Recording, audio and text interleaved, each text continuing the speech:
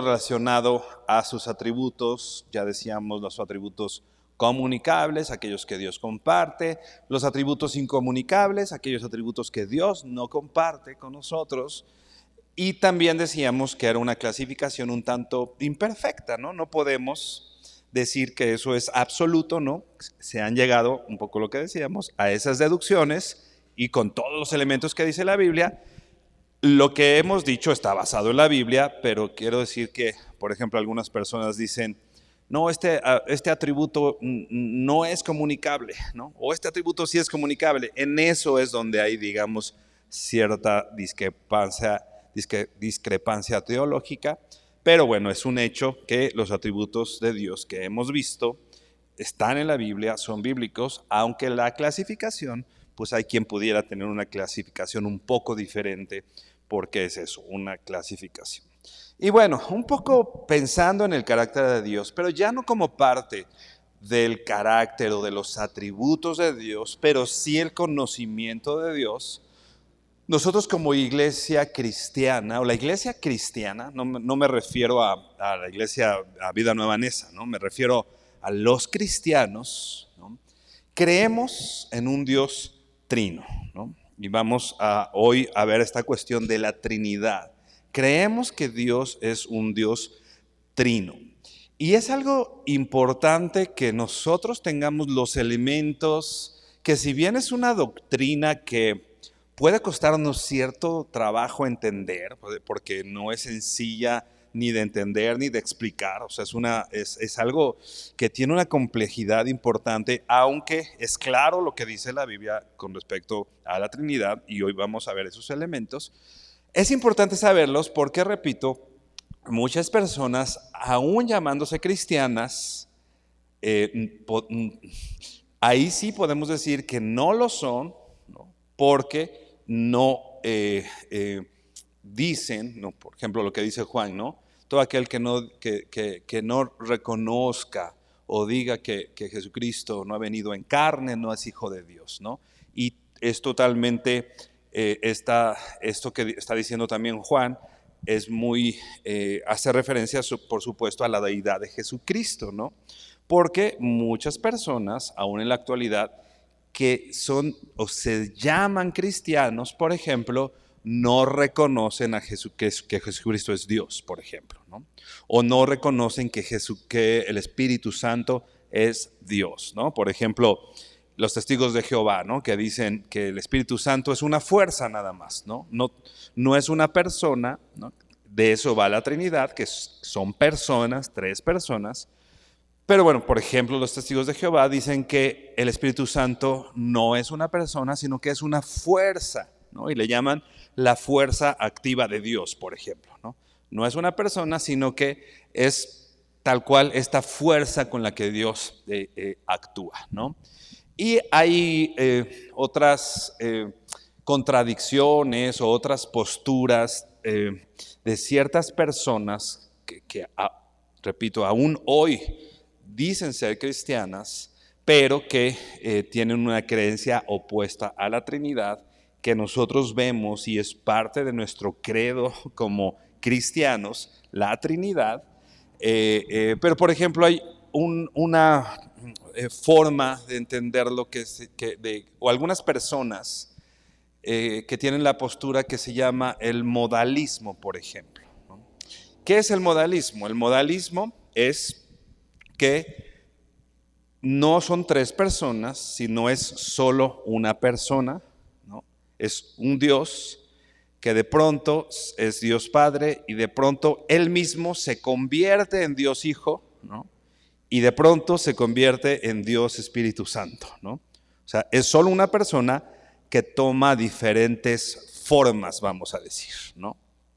A eso se le llama modalismo, ¿no? No es Trinidad, es que hoy quiero ser hijo y después quiero ser Espíritu Santo y ahora soy padre, ¿no? Pero es la misma persona, ¿no? Entonces, esto existe y quizá es más común de lo que tú crees, ¿no? Muchas personas, repito, que dicen ser cristianos o que dicen compartir nuestra fe, piensan, ¿no? O tienen esas posturas. Por eso es bien importante que nosotros tengamos claro qué es la Trinidad ¿Y por qué decimos, basándonos en la Biblia, que Dios es un Dios trino, ¿no? Es difícil de entender porque un Dios, la Biblia desde el principio y toda la cultura judía, por ejemplo, siempre encontramos los conceptos del monoteísmo, ¿no? Claro, solo hay un Dios. Solo hay un Dios verdadero. Y tú puedes ver por toda la Biblia que solo hay un Dios verdadero. Vamos a estar viendo algunos pasajes más adelante. Solo hay un Dios verdadero, ¿no? Ahí es donde de pronto es complicado, porque entonces, ¿por qué Padre, Hijo y Espíritu Santo? Por eso de pronto el decir Dios Padre, Dios Hijo y Dios Espíritu Santo, hay quien cree que son tres dioses, por ejemplo, ¿no? Y esta expresión Dios Padre, Dios Hijo, Dios Espíritu Santo, la traen a la mente como si fueran, repito, tres dioses, ¿no? Y eso no sería monoteísmo, ¿no? Sería politeísmo, hay tres dioses, ¿no? Un Dios que es Padre, un Dios que es Hijo y un Dios que es Espíritu Santo. Pero, repito, en la Biblia, desde el principio, está clara esta cuestión de que el pueblo de Israel, la Biblia, desde el comienzo, se asume esta cuestión del monoteísmo y que es, se repite y se repite y se repite, ¿no? Entonces, como ya decíamos, después de haber estudiado estas cuestiones del atributo de Dios, es importante que veamos esta cuestión de la Trinidad o qué es la Trinidad. En resumen o en un enunciado, podemos definir la Trinidad como que es un solo Dios en tres personas. No son tres dioses, es un solo Dios en tres personas. No es un Dios que se manifestó tres veces, ¿no? De forma diferente, ¿no? No es un Dios que de acuerdo al tiempo se manifestó de una forma y después en otro tiempo se manifestó de otra forma y en otro tiempo de otra forma. No, es un solo Dios y son tres personas. Y estas tres personas están en una perfecta unidad. Por eso podemos decir, o por eso decimos que es un solo Dios, que son Dios, existen las personas de el Padre, de el Hijo y del Espíritu Santo. Sin embargo, como hemos dicho, es un solo Dios. Podemos definir esta doctrina, la doctrina de la Trinidad, de esta manera. Dios existe eternamente en tres personas. Esto es importante. Ya hablamos de que Dios es eterno, ¿no? En los atributos de Dios. Pero bueno, para definir la Trinidad nos sirve este atributo de Dios. Dios existe eternamente en tres personas. Como ya dijimos, Padre, Hijo, Espíritu Santo. Y cada persona es plenamente Dios. Cada persona es plenamente Dios. O sea, el Padre es plenamente Dios, el Hijo es plenamente Dios y el Espíritu Santo es plenamente Dios. Y hay un solo Dios verdadero, ¿no? La Biblia enseña con la misma claridad que el Padre es Dios, que el Hijo es Dios, que el Espíritu Santo es Dios. Y repito, vamos a ver algunos textos más adelante, porque cada uno de ellos tiene atributos de personas, ¿no? No de fuerzas, ¿no? Sino podemos ver, lo veremos más adelante, que el Espíritu Santo tiene, y la Biblia lo describe como una persona, no como un elemento, no como algo inanimado, sino el Espíritu Santo tiene carácter, tiene voluntad, tiene eternidad y algo importante, ¿no? Cada uno de ellos hacen algo que solo Dios puede hacer o que solo Dios hace, que es recibir adoración. Dios Padre, bueno, el Padre es digno de toda adoración, el Hijo es digno de toda adoración, el Espíritu Santo es digno de toda adoración, ¿no? Repito, no son partes desacoplables de Dios, ¿no? Ni tampoco son máscaras que Dios se pone para manifestarse en diferentes contextos, ¿no? Sino son tres personas. algo importante. Nosotros ya hablamos, vamos a recordarlo un poquito porque nos va a ayudar el tener este concepto claro para entender la revelación con respecto a la Trinidad en la Biblia. Hay algo que se llama la revelación progresiva. La revelación progresiva. ¿Alguien se acuerda qué hemos dicho de la revelación progresiva? ¿Qué será la revelación progresiva? ¿O qué piensas que puede ser?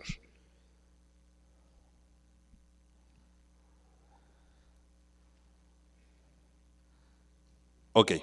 La revelación progresiva es, por ejemplo, yo tengo la Biblia, por ejemplo, ¿no? La Biblia está compuesta por ¿cuántos libros? 66 libros, ¿no? El Génesis es revelación de Dios, ¿no? ¿Pero el Génesis es toda la revelación de Dios? No. La revelación de Dios se va completando con el Éxodo y luego con Levítico, Números, así hasta el Apocalipsis. Por eso decimos que la revelación es progresiva. No toda está en Génesis 1:1.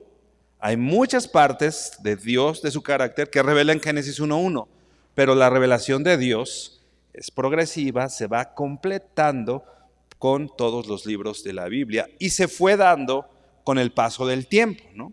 El pueblo de Israel, o Adán, vamos a decir, tenía parte de esa revelación, él conocía parte del carácter de Dios. Pero con el paso del tiempo, ¿no? El pueblo de Israel conoció parte del carácter de Dios, pero nosotros hemos visto, ahora tenemos la revelación también de Cristo y se ha completado toda esa revelación también en el tiempo, ¿no? A eso nos referimos con que es una revelación progresiva. Ve por favor a Salmo 119, versículo 160. Salmo 119, verso 160.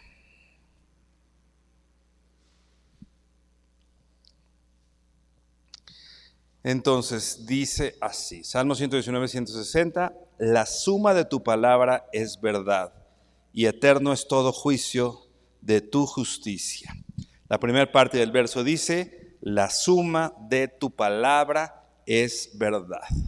A esto nos referimos cuando decimos que no podemos sacar un verso, ¿no?, del contexto.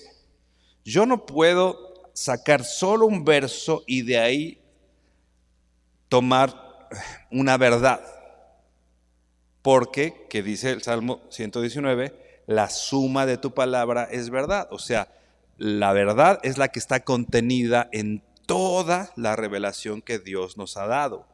Por eso decimos, o por eso dice el salmista, la suma de tu palabra. Si tú quieres conocer la verdad, no solo tienes que leer Génesis, no solo tienes que leer Éxodo, sino si tú quieres conocer toda la verdad, entonces tienes que leer la suma de su palabra, o sea, toda la palabra del Señor, para entonces ir completando esta verdad, ¿no? El Espíritu Santo, la doctrina de la Trinidad, ¿no?, se empieza a dejar ver en Génesis, pero la revelación puntualmente de la Trinidad se va completando con el paso del tiempo, con el paso de los libros de la Biblia.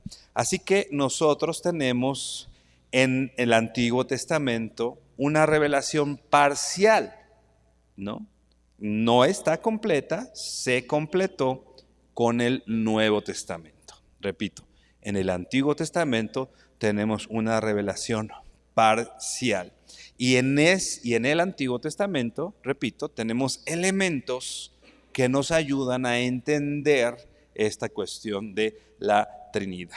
Entendamos algo, la palabra Trinidad no está en la Biblia. Por más que busques en tu concordancia Trinidad, no lo vas a encontrar, porque no existe esa palabra en la Biblia, ¿no?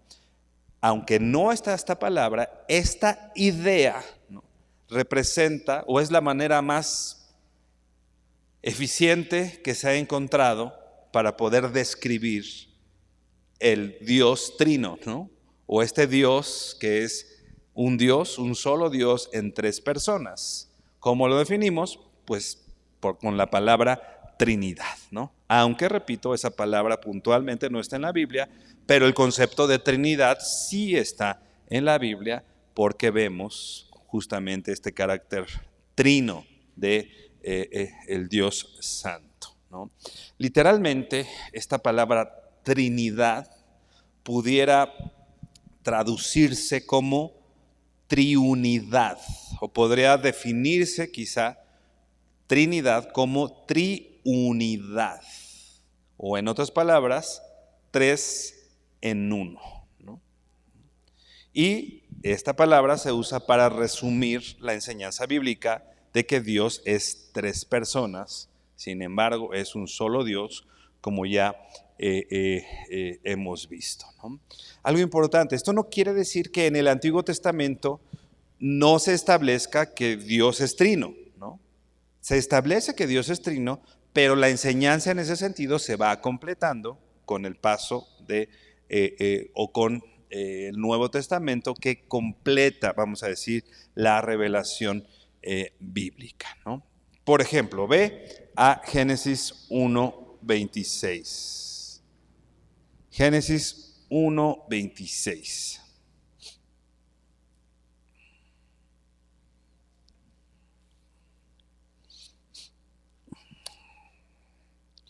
Y dice así, Génesis 1:26, te leo la Nueva Biblia de las Américas, y dice así: y dijo Dios, hagamos al hombre a nuestra imagen, conforme a nuestra semejanza, y ejerza dominio sobre los peces del mar, sobre las aves del cielo, sobre los ganados, sobre toda la tierra, y sobre todo reptil que se arrastra sobre la tierra. Llama mucho la atención lo que dice al principio, y dijo Dios, hagamos, ¿no? Dios dijo algo y empieza a revelar algo relacionado a la Trinidad. Puntualmente, en Génesis 1:26 no dice que Dios es un Dios trino, no lo dice claramente, pero nos da cierta revelación con respecto a la Trinidad. ¿Por qué? Dios no está hablando con los ángeles, como dicen algunos, ¿no? Que está Dios, el Padre, hablando con los ángeles. Porque si estuviera hablando con los ángeles, pudiéramos pensar entonces que los ángeles tienen poder creador, ¿no? Y los ángeles no tienen poder creador. El único que tiene poder creador es Dios, ¿no? Ni el hombre fue creado a imagen y semejanza de los ángeles, ¿no? Porque está diciendo, hagamos al hombre a nuestra imagen, ¿no? A nuestra semejanza. No podemos decir, obviamente, que el hombre está creado a imagen de los ángeles. Si pensáramos que Dios está hablando con los ángeles, estaríamos diciendo que nosotros hemos sido creados a la imagen de los ángeles. Y eso, por supuesto, no es correcto. Entonces, no está hablando con los ángeles, porque ya dijimos, los ángeles no tienen poder creador, y no está hablando con los ángeles porque los hombres no estamos creados a la imagen de los ángeles, ¿no? Entonces, la mejor explicación, ¿no?, que se ha sostenido por el paso del tiempo, la historia, los grandes teólogos, desde el principio, ¿no?, es que desde Génesis 1:26 queda bien clara una pluralidad, ¿no? Dios es un Dios plural, ¿no? ¿Sí? Repito, no dice aquí puntualmente que sean tres personas y no se da una enseñanza completa de la Trinidad, pero vemos implicado a más de una persona aquí, ¿no? A más de una persona en igualdad de circunstancias. ¿A qué me refiero en igualdad de circunstancias? Más de una persona que tiene poder creador, ¿no? Y en igualdad de circunstancias porque es más de una persona en los cuales o a los cuales fue creado el hombre a su imagen y a su semejanza. Aunque repito, en esta revelación progresiva no podemos decir que en Génesis 1:26 esté toda la revelación de la Trinidad. Eso lo vamos a completar con los demás libros de la Biblia, ¿no? Pero aquí ya nos está dando indicios, ya nos está dando una señal de que Dios es plural, de que Dios es más de uno solo, ¿no? Ve ahora a Génesis 3:22.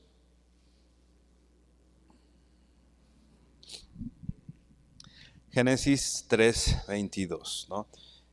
El mismo contexto, el mismo sentido, no quiere decir que solo con estos versos llegamos a la conclusión de la Trinidad, pero empezamos a ver cómo está implicado un Dios plural. ¿Cómo? Dice Génesis 3, verso 22. Dice, entonces el Señor Dios dijo, ahora el hombre ha venido a ser como uno de nosotros, ¿no?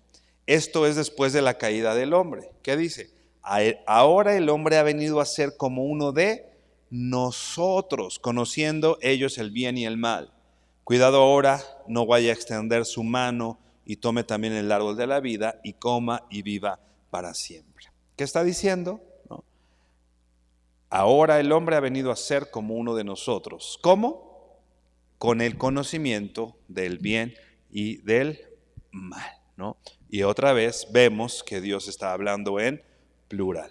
Dios está refiriendo a sí mismo como un Dios plural. Ve por favor ahora a Salmos 45 para ir completando. Pudiera haber muchos más versos.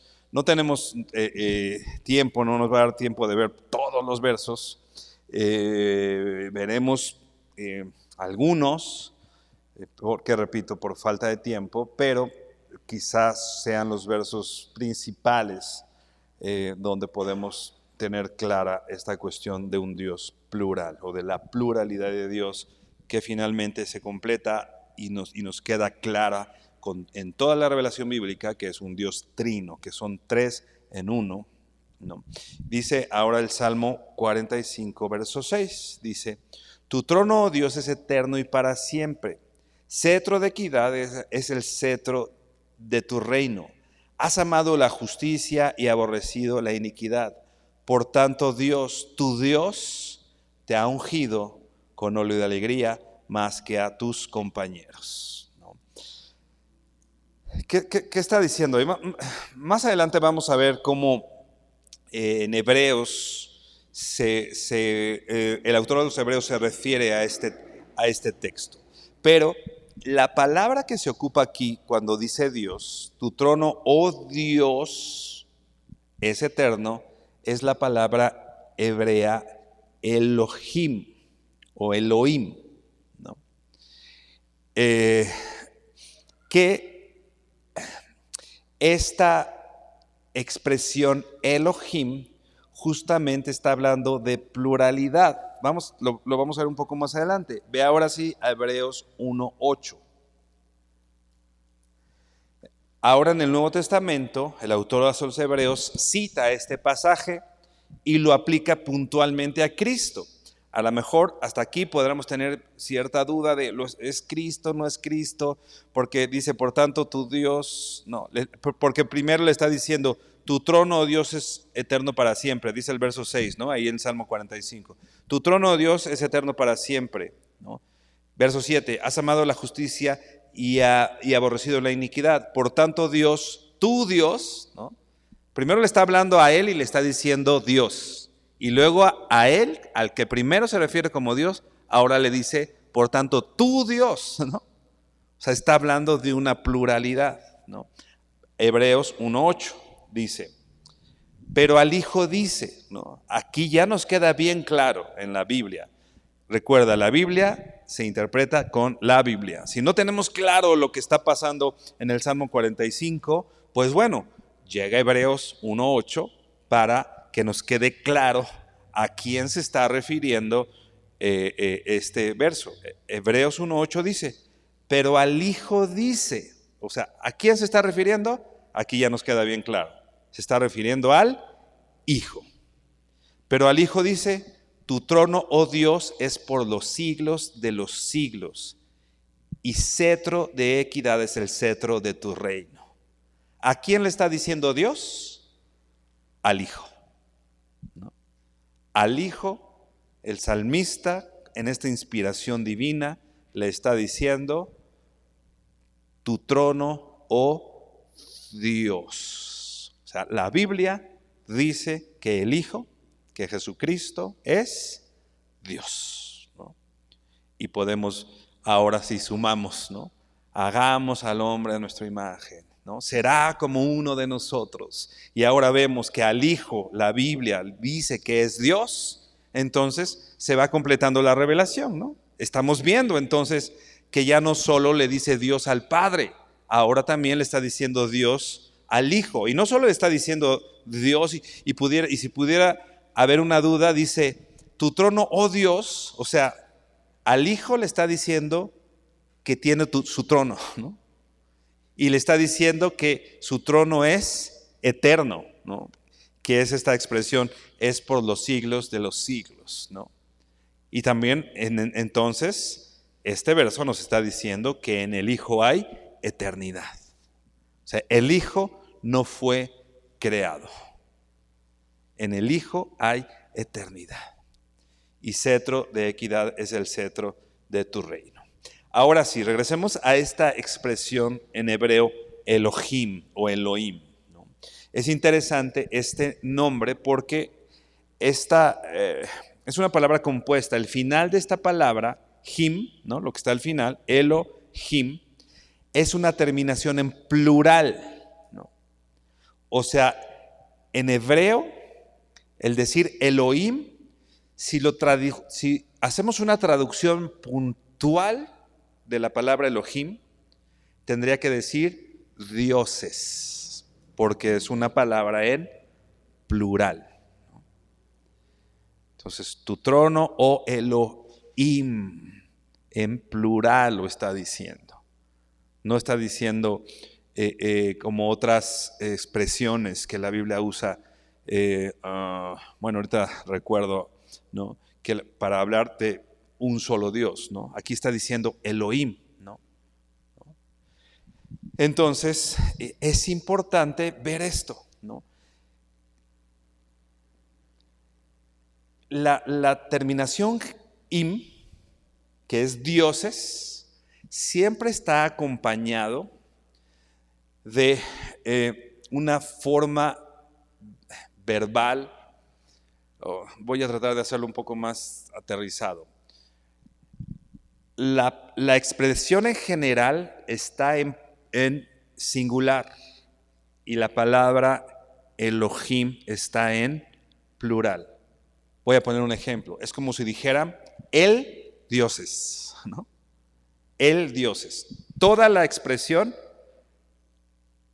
está aludiendo a un solo Dios, pero la sola palabra Elohim hace referencia a que es más de uno, o sea, a que es una pluralidad, ¿no? Entonces, podemos decir que el escritor de Salmos no se está refiriendo a muchos dioses, porque está diciendo él, ¿no? Pero está diciendo el dioses, ¿no? Entonces, ¿a qué se está refiriendo? Se está refiriendo a una pluralidad, un solo Dios en tres personas, ¿no? Salmo 110:1. Salmo 110:1.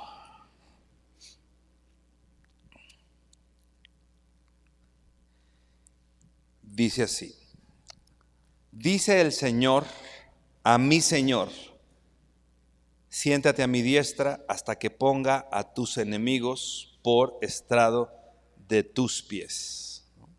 Y otra vez, si nos quedamos solo con Salmos, ¿qué está diciendo aquí? Dice el Señor a mi Señor. Está hablando de dos señores, ¿te das cuenta? O sea, está hablando de una pluralidad y está usando la misma palabra Señor y Señor. Dice el Señor a mi Señor. ¿Qué está pasando aquí?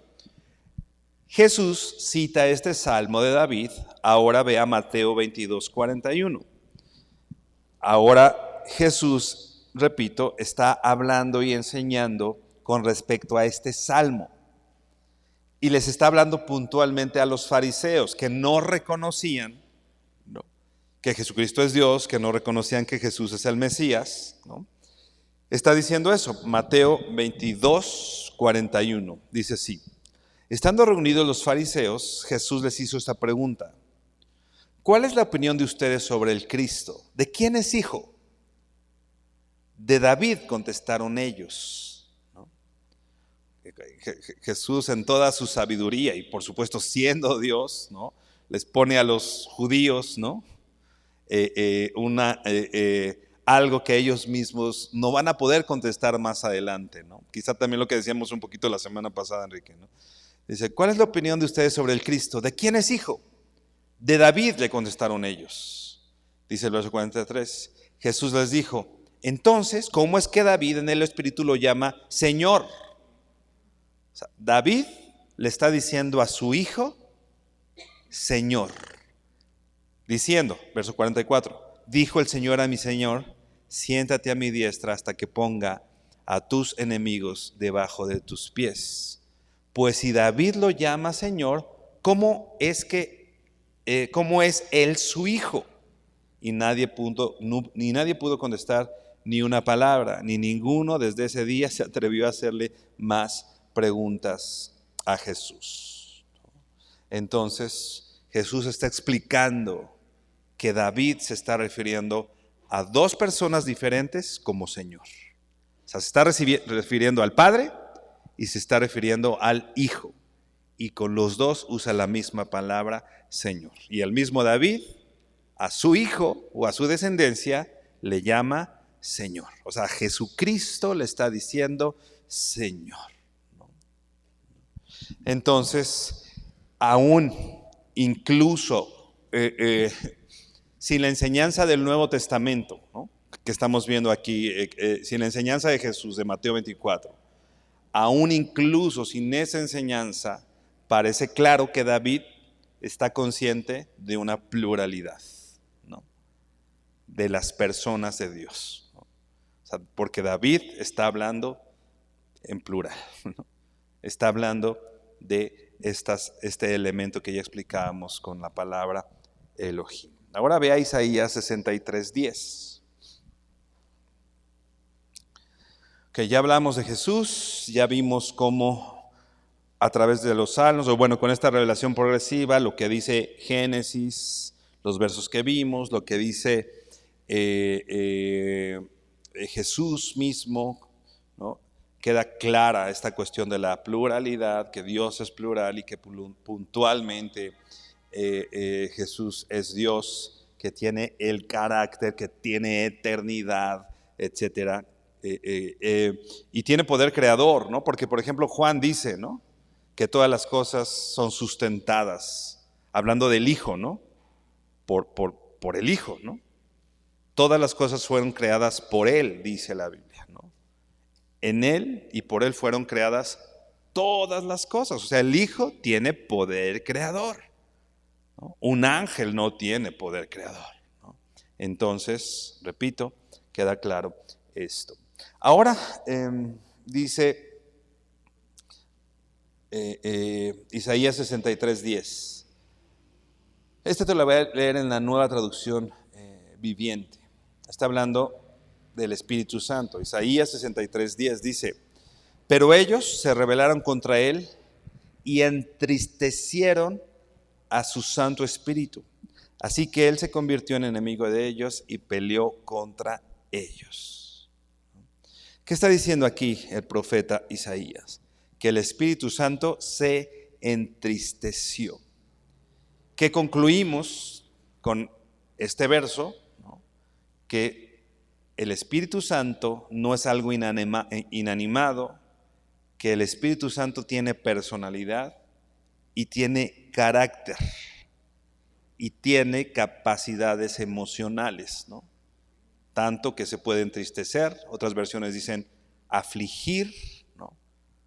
Una silla no se aflige, ¿no? O sea, algo inanimado no se aflige, ¿no? Entonces podemos ver que el Espíritu Santo tiene carácter, tiene personalidad Y en la Biblia el Espíritu Santo se describe como una persona, no como algo inanimado, no como una fuerza, sino que en la Biblia, repito, el Espíritu Santo se describe como una persona. Ahora, un poco más, yendo al Antiguo Testamento, ¿no? Decía Agustín, el Nuevo Testamento está escondido en el Antiguo Testamento. Otra vez, el Nuevo Testamento está escondido en el Antiguo Testamento. Y el Antiguo Testamento está revelado en el Nuevo Testamento. Una vez más, porque sí parece trabalenguas. El Nuevo Testamento está escondido en el Antiguo. Y el Antiguo está revelado en el Nuevo. Así que, pensando en esto, ¿no? O sea, muchas cosas que están contenidas en el Nuevo Testamento estaban ya y eran evidentes desde el Antiguo, pero digamos un tanto veladas, pero ahí estaban, ¿no? Y esas cuestiones que estaban veladas en el Antiguo Testamento quedan claramente reveladas con el Nuevo Testamento. Por eso es que decimos que se completa o se hace evidente, ¿no? Entonces, en el Nuevo Testamento y con el advenimiento de Cristo, de Jesús, es más clara esta información con respecto al carácter plural de Dios, ¿no? Y podemos empezar a observar muchos pasajes que hablan, por ejemplo, de el Padre, el Hijo y el Espíritu Santo en igualdad de circunstancias. Por ejemplo, vea Mateo 3, versos 16 y 17. Mateo 3, 16 y 17.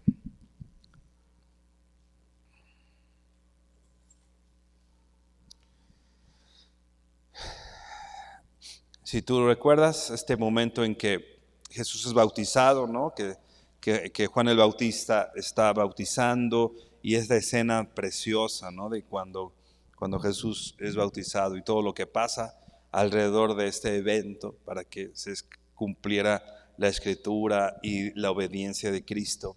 Dice así, verso 16: después de ser bautizado, Jesús salió del agua inmediatamente, y los cielos se abrieron en este momento, y él vio al Espíritu de Dios que descendía como una paloma y venía sobre él.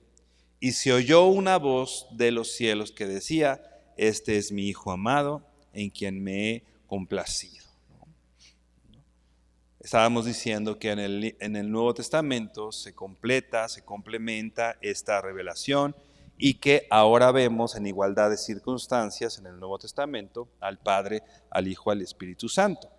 Por ejemplo, en este verso, para aquellos que dicen que Dios se presentaba de una manera y se presentó como el Padre, y después se presentó como el Hijo, y después se presentó como el Espíritu Santo, si te fijas aquí, están los tres al mismo tiempo, ¿no? Está Jesús siendo bautizado, el Espíritu Santo desciende como paloma, y se oye una voz diciendo: este es mi Hijo amado, en quien tengo complacencia, ¿no? Los tres están apareciendo al mismo tiempo. Entonces no podemos decir esta cuestión del modalismo, ¿no? Porque el modalismo es: viene Dios, se presenta de una forma, se va, se presenta luego de otra, y se va, se cambia de máscara, se cambia de disfraz, y se va y está en otro punto, ¿no? Aquí es claro que están las tres personas de la Trinidad, y las tres personas están haciendo actividades distintas, ¿no? Ahora ve a Mateo 28, verso 19. Decíamos, en el Nuevo Testamento ahora se ven a las tres personas de la Trinidad en igualdad de circunstancias. Mateo 28, en esta gran comisión, ¿no?, que el Señor le manda a sus discípulos después de haber resucitado.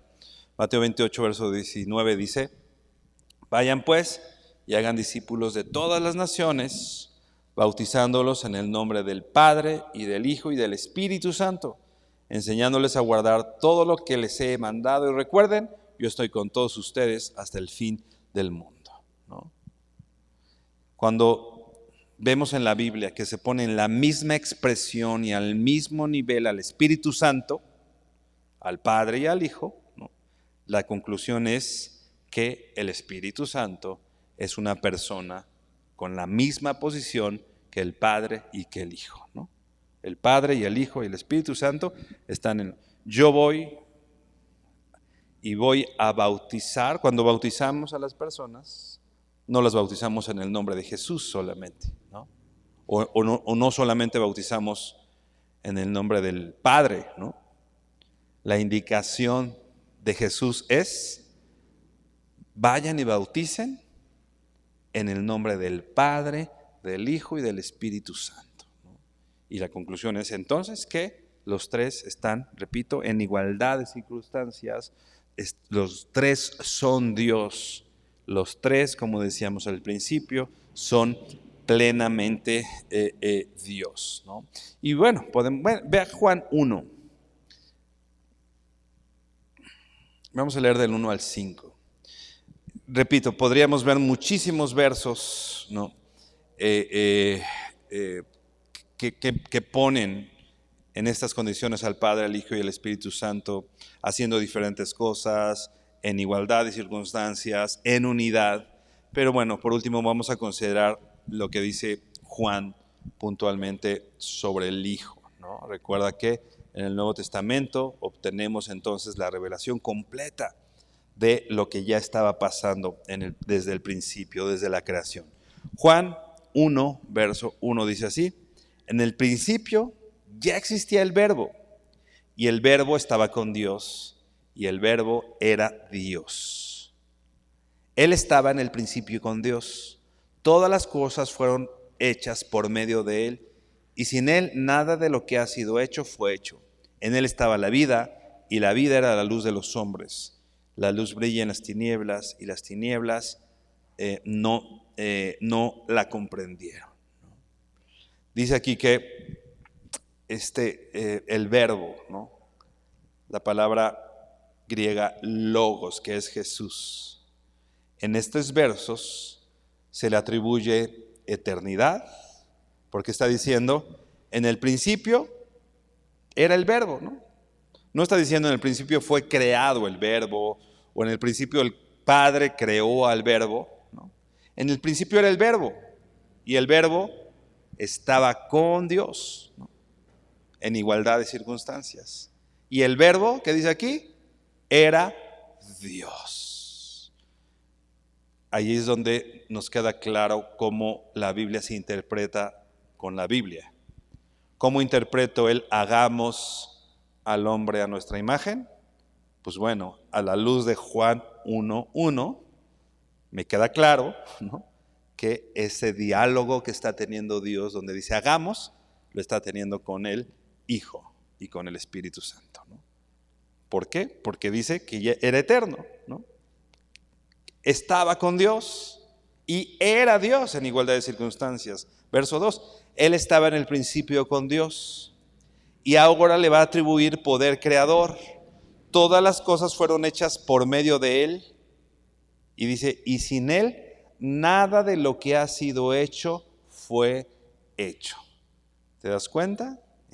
Jesús, en Jesucristo o en el Hijo, puntualmente hablando, ¿no?, el Hijo tiene poder creador y tiene una participación en la creación.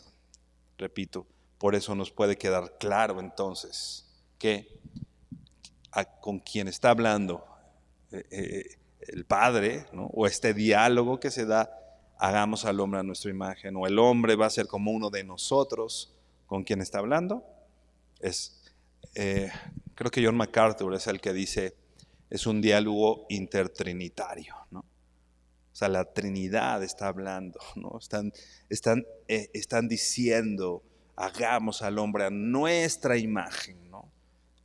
A imagen de Dios lo creó, varón y hembra lo creó. Entonces es importante que lo que vemos en este verso, en Juan 1, se le atribuye al Hijo o al Verbo, se le atribuye eternidad, se le atribuye poder creador y existencia por sí mismo, ¿no? El principio era el verbo, ¿no?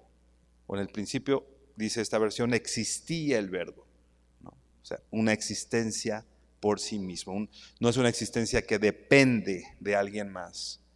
O sea, el verbo no fue creado, sino desde el principio cohabitaba con el Padre y con el Espíritu Santo. Entonces, bueno, vamos a resumir esta enseñanza. Repito, podríamos hablar en muchos más versos porque la verdad es que sí es un tema muy extenso, pero es un tema que corre por toda la Biblia, ¿no? Como acabamos de ver ahorita, nada más vimos como el ejemplo, ¿no? Antiguo Testamento, Salmos, Nuevo Testamento y lo que está pasando, etcétera, ¿no? Entonces podríamos obtener mucho más versos, pero bueno, por cuestión de tiempo no podemos verlos, pero creo que hemos podido dejar claro cómo es esa revelación progresiva, ¿no? Que poco a poco se va revelando que tenemos un Dios trino, ¿no? Entonces, vamos a hacer 3 afirmaciones que pueden resumir esta cuestión de la Trinidad. La afirmación 1 es: Dios es 3 personas. Dios es 3 personas. No quiere decir que son 3 dioses, no. Dios es 3 personas. Cada persona es plenamente Dios, ¿no? Ya dijimos. El Padre es plenamente Dios, el Hijo es plenamente Dios y el Espíritu Santo es plenamente Dios. Y la última afirmación es: hay un solo Dios. No son 3 dioses, es un Dios en 3 personas en una perfecta unidad. Y como hemos visto, creo que queda claro con estos versos que son representativos con respecto al tema de la Trinidad, creo que nos puede quedar claro, ¿no? Toda la enseñanza bíblica en ese sentido, aunque repito, hay muchísimos más versos que dejan en claro que esta cuestión del modalismo, ¿no? O esta cuestión de que quien dice que Cristo fue creado, ¿no? Y que Cristo o que era más bien como un ángel, ¿no? Muy parecido a lo que dicen muchas religiones. Y repito, quizá lo grave no es que muchas otras religiones digan eso, sino creo que tenemos que estar apercibidos porque personas que se dicen cristianos o se dicen ser bíblicos o dicen tener su fe basada en la Biblia, hablan, ¿no? O dicen o tienen esta postura del modalismo o de que Dios de que Dios o que el Padre creó al Hijo, ¿no? Y que el Espíritu Santo es solamente una fuerza. Creo que hemos visto claramente lo que dice la Biblia en ese sentido. Tengamos cuidado, entonces, lo que decíamos hace ratito, ¿no? de lo que leemos, de lo que llenamos nuestra mente, ¿no? Está fuera de todo el consejo de Dios, ¿no? Porque recuerda, la suma de tu palabra es verdad, ¿no? O sea, si sacamos un solo verso, ¿no? O sea, hay, por ejemplo, esta cuestión, ¿no? Hay quien dice, ¿no? Que Juan 1, ¿no?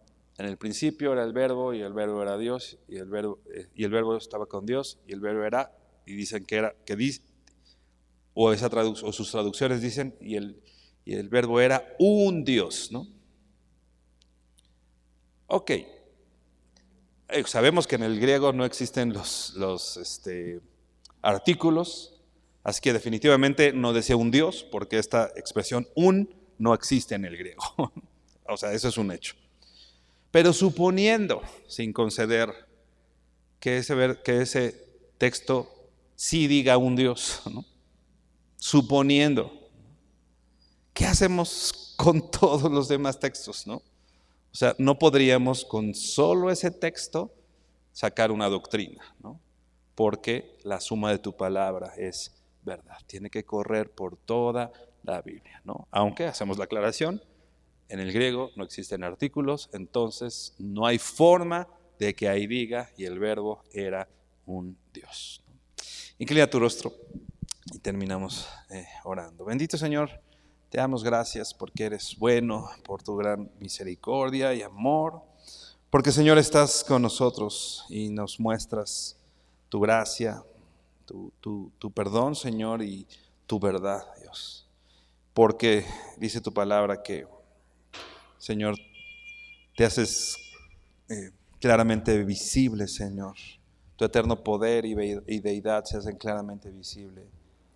Y te muestra, Señor, a través de todas las cosas hechas. Padre, gracias te damos porque te has revelado a nuestras vidas, a nuestros corazones. Y hoy podemos ver y entender, Dios, quién eres tú, Señor. Tu grandeza, tu poder, tu bondad, Señor. Gracias, Señor, porque eres bueno. Y hoy podemos tener claridad, Dios, de quién eres tú, Padre. Todo lo que quieres que sepamos de ti está en tu palabra y la has acercado a nosotros, Padre, cada vez más, Dios. Te damos gracias, te bendecimos en el nombre de Jesús. Amén y amén. Hermano, que el Señor te bendiga. Escondiendo y ver, pero...